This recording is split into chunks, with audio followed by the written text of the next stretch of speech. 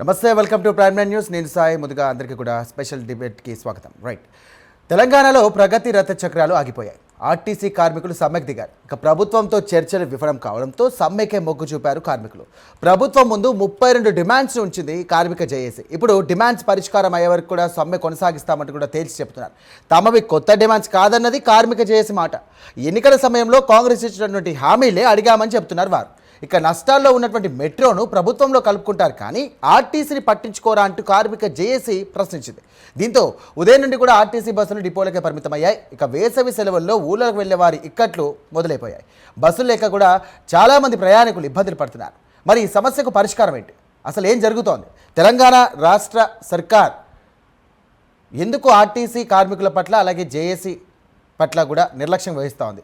మొత్తం మీద 32 ప్రధానమైనటువంటి అంశాలు కూడా డిమాండ్లు కూడా ఉన్నాయి. అందులో కేవలం 29 మాటకే సానుకూలంగా స్పందించినటువంటి సర్కార్ ఎందుకు పూర్తి స్థాయిలో కూడా స్పందించలేకపోతుంది? ముఖ్యంగా ఒకసారి డిమాండ్స్ చూసుకుంటే కనుక, మొదటిది ప్రభుత్వంలో విలీనం, రెండవది వేతన సవరణ, అలాగే పెండింగ్లో ఉన్నటువంటి సమస్యల పరిష్కారం, అలాగే ఉద్యోగాల నుండి జీతాలు కట్ చేసేసి ఉన్నటువంటి పిఎఫ్ మరియు సొసైటీ నిధులను కూడా ప్రభుత్వం తిరిగి ఆర్టీసీకి చెల్లించాలని చెప్పేసి కూడా ఒకటి అంటారు. మరియు కార్మిక సంఘాల ఎన్నికలు, అలాగే జేఏసీ వ్యవస్థను కూడా మళ్ళీ తీసుకురావాలని చెప్పేసి కూడా కార్మిక సంఘాలు ప్రధానంగా తీసుకుంటున్నటువంటి అంశం.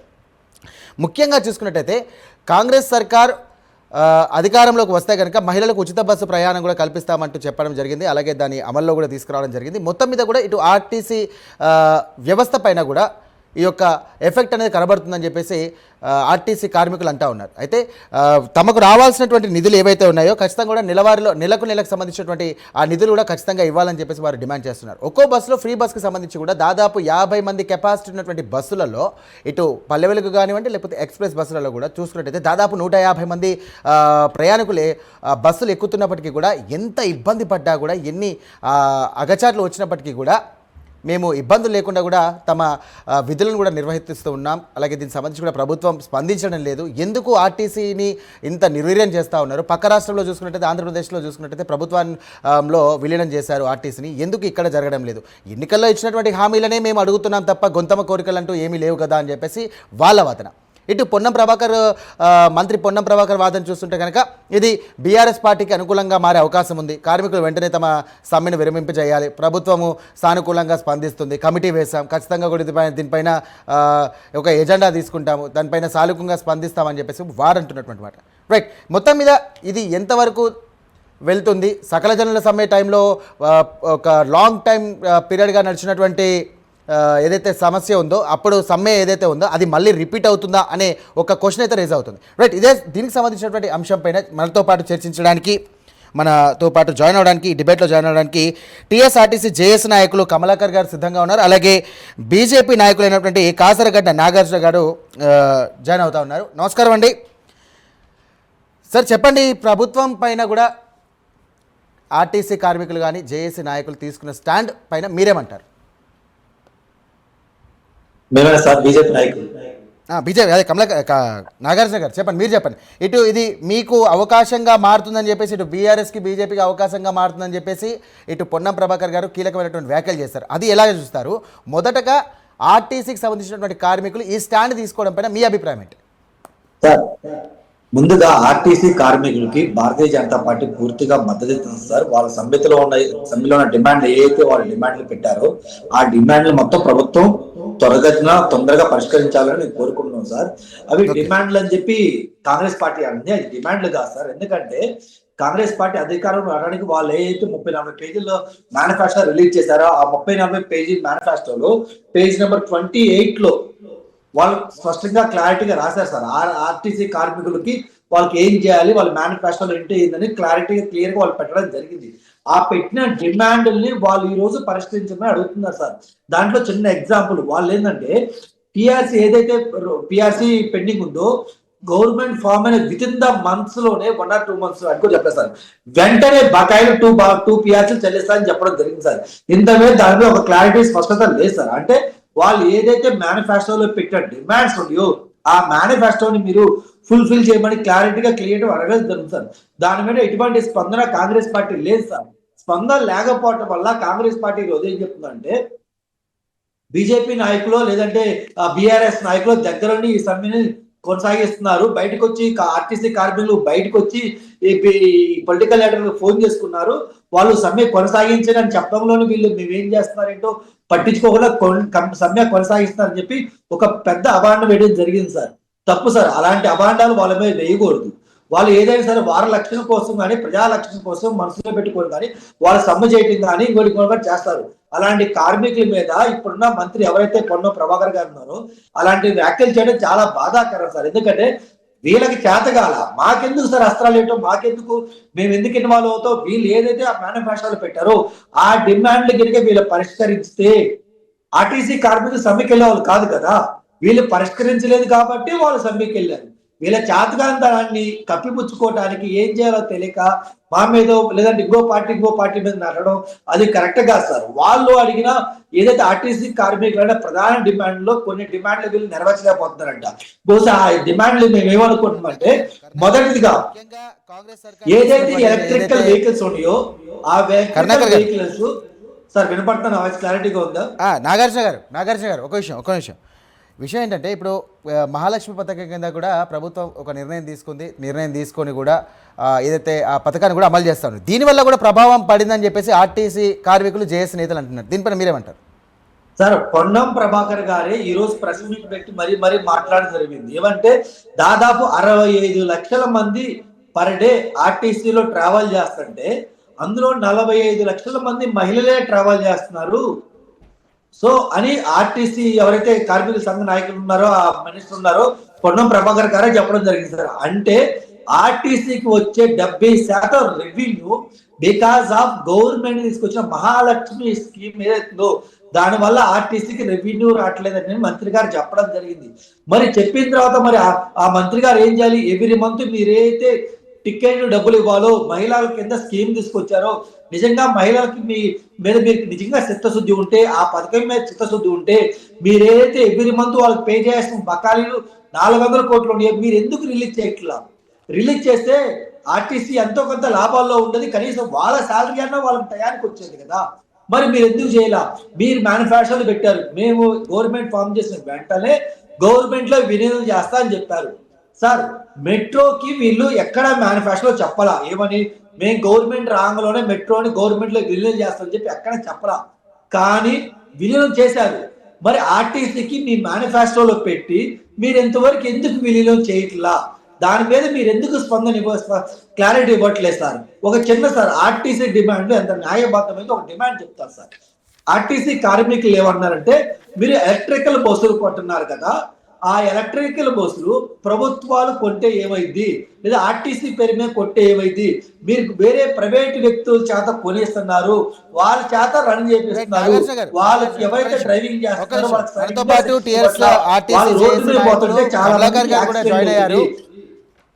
నాగార్జున గారు ఒక్క నిమిషం. కమలాకర్ గారు టీఎస్ఆర్టీసీ జేఏసీ నాయకులు కూడా మనతో కూడా జాయిన్ అయ్యారు. కమలాకర్ గారు చెప్పండి, మీరు తీసుకున్నటువంటి స్టాండ్ ఏదైతే ఉందో అది ఎంతవరకు కరెక్ట్? సో ప్రభుత్వం దిగొస్తుందని చెప్పేసి మీరు భావిస్తున్నారా? 100% ఆర్టీసీ కార్మికుల సమ్మె చట్టబద్ధమైంది కాబట్టి మేము ఇవాళ సమ్మె నోటీస్ ఇవ్వడం జరిగింది. ఇది గత 2.5 సంవత్సరాలుగా పెండింగ్ లో ఉన్న ఇష్యూలే. ఇదే ప్రభుత్వము రాకముందు మేనిఫెస్టోలో పెట్టిన అంశాలనే మేము ఇవాళ అడుగుతున్నాం. కొత్త అంశాలు మేము అడగడం లేదు.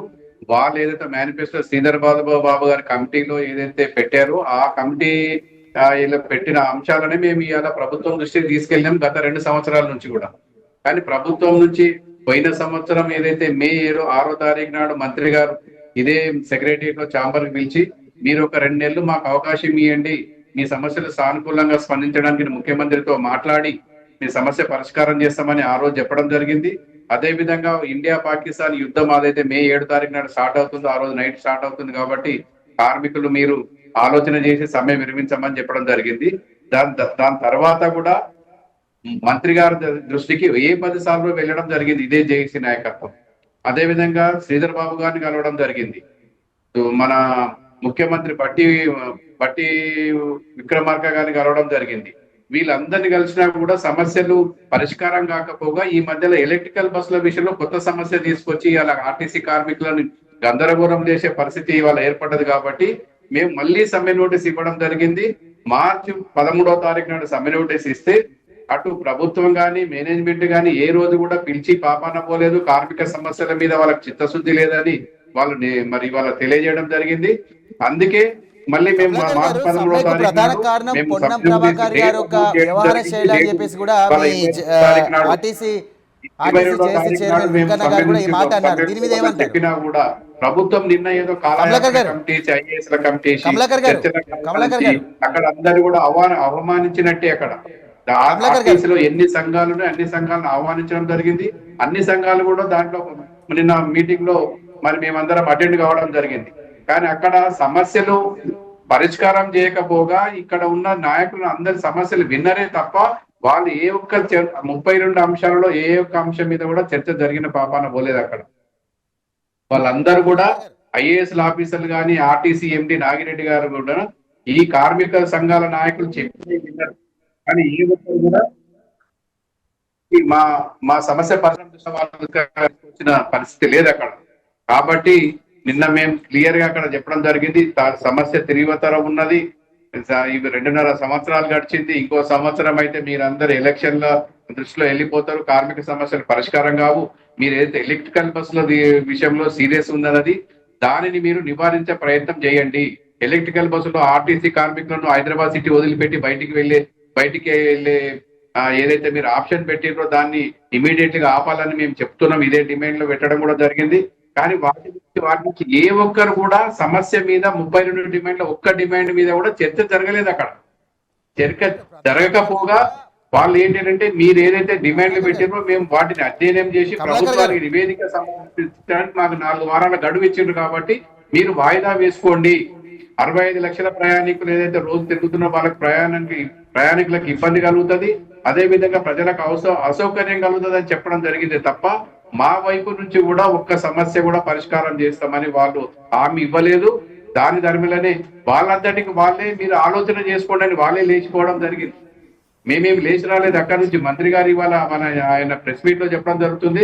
అర్ధాంతరంగా వాళ్ళే వెళ్ళిపోయినారని చెప్పడం జరుగుతుంది. కానీ ఐఏఎస్ ల ఆఫీసర్లు కమిటీ వాళ్ళు లేచిపోయిన తర్వాతనే మా నాయకులందరూ కూడా మేము విధిలేని పరిస్థితుల్లో తప్పని పరిస్థితుల్లో మేము బయటికి రావడం జరిగింది. అంటే దీన్ని ప్రభుత్వం చిత్తశుద్ధి లేదని మేము భావిస్తున్నాం. విధిలేని పరిస్థితుల్లో మరి సమ్మెలోకి వెళ్ళడం జరిగింది. ఇవాళ 100% ఆర్టీసీ ఉద్యోగులు ఎవరైతే ఉన్నారో స్టాఫ్ నెంబర్ కలిగిన ఆర్టీసీ ఉద్యోగులు ప్రతి ఒక్కరు కూడా ఇలా సమ్మెలో పాల్గొంటున్నారు. దానికి తోడు వైహెచ్బి బస్సు డ్రైవర్లు కూడా కొంతమంది సమ్మెలో ఉన్నారు. ఎలక్ట్రికల్ బస్సులు కూడా కొన్ని నడవట్లేదు. వెల్ఫేర్ బోర్డు కమిటీలు ఎవరైతే ఉన్నారో ఈ మేనేజ్మెంట్ చేసిన వెల్ఫేర్ బోర్డు అందరు రాజీనామా చేసి ఇలా సమ్మెలో పాల్గొంటున్నారు. మీరు ఈ తీవ్రతను ఆలోచన చేయండి. మీరు ప్రభుత్వాన్ని మేము విజ్ఞప్తి చేస్తున్నామంటే ఈ తీవ్రత మేము సమ్మెలోకి నెడతారని మేమైతే అనుకోలేదు. ఈ ప్రభుత్వం ఏదైతే మంత్రి గారు 29 డిమాండ్లు 28 డిమాండ్లు అసలు సమస్యనే కాదని చెప్తున్నారు. 3 డిమాండ్ల మీద పేచి ఉందని చెప్తున్నారు. మరి ఆ 3 డిమాండ్లు పక్క పెట్టి 28 డిమాండ్ల మీద ఎవరండి చర్చించింది మాతోటి? మీరు వేసిన కమిటీ చర్చించిండ్రా? లేకపోతే మీరేమైనా పిలిచి దాని మీద ఏమైనా కొన్ని పత్రికాముఖంగా ఏమైనా హామీ ఇచ్చిండ్రా? ఏది లేదు. మేము సమ్మె నోటీస్ ఇస్తే మీరు చూసుతున్నట్టుగా పోతున్నారు. మొన్న భూపాలపల్లి మీటింగ్ లో మీరు ఏం చెప్పిండ్రు? సమ్మెలోకి వెళ్ళనీయమని చెప్పిండ్రు. మరి నిన్న జరిగింది ఏంది? మీరే సమ్మెలోకి నెట్టేసిండ్రు మమ్మల్ని. ఇవాళ సమస్య తీవ్రత ఉంది అని మేము చెప్పినా కూడా ఏ ఒక్కరు కూడా చొరవ తీసుకోకుండా ఏదో కమిటేసి కాలయాపన కమిటేసి ఇవాళ పబ్లిక్ ని ప్రజలను అదే విధంగా ఆర్టీసీ కార్మికులను పక్కదోవ పట్టించే పరిస్థితి తీసుకొస్తున్నారు తప్ప సమస్య పరిష్కారం దిశగా ఆలోచన చేస్తలేరని మేము తెలియజేస్తాం. రైట్ కమలాకర్ గారు, సమ్మె చేసుకుంటే చేసుకోండి అంటూ కూడా కీలక వ్యాఖ్యలు చేశారని చెప్పేసి కూడా ఇటు మీ ఆర్టీసీ జేఏసీ చైర్మన్ వెంకన్న గారు కూడా తెలియడం జరిగింది. అలాగే చర్చలు జరుగుతుండగానే మధ్యలో నుండి కూడా కమిటీ మెంబర్స్ కూడా వెళ్ళిపోయారని చెప్పేసి కూడా ఆయన కీలకమైనటువంటి వ్యాఖ్యలు చేస్తారు. నిజంగా అలా జరిగిందా? మీరు చర్చలు జరిగే టైంలో ఎట్లాంటి అసలు అవకాశం ఉండే? అక్కడ మీరు మాట్లాడే అవకాశం ఏమైనా ఉందా? అక్కడ పరిణామాలు ఎలా ఉంటాయి సార్ మీరు చర్చలు జరిగేటప్పుడు? చర్చలు అనేది జరగలేదండి. మా యొక్క మీరు చెప్పండి ఏంది అసలు మీ ఉద్దేశం ఏందని చెప్పండి అని అడిగితే వచ్చిన సంఘాల నేతలు 12 సంఘాల నేతలు కూడా అక్కడ మా యొక్క ఆవేదన మేము ఇచ్చిన 32 డిమాండ్ల మీద కార్మికులలో జరగని ఇప్పుడైతే ఏది హరాస్మెంట్ జరుగుతుందో హైదరాబాద్ సిటీలో కానివ్వండి రాష్ట్ర వ్యాప్తంగా ఏదైతే జరుగుతుందో దానిని మేము అక్కడ వాళ్ళ ముందు తీసుకుపోవడం జరిగింది. ఏదైతే డిపో మేనేజర్లు ఏదైతే హరాస్మెంట్ చేస్తున్నారో లీవ్ కొరకు శవాల దగ్గర సెల్ఫీలు పెట్టమని ఏదైతే చెప్తున్నారో అది వాళ్ళ దృష్టికి తీసుకుపోవడం జరిగింది. ఒక లీవ్ తీసుకోవాలని అంటే 2 డబల్ డ్యూటీలు చేయాలి, వీక్లీ అప్పుడే క్యాన్సిల్ చేయాలి, లేదంటే ఇంకా 2 గంటలు 3 గంటలు లేట్ అయినా కానీ పూర్తి డ్యూటీ చేయాలి.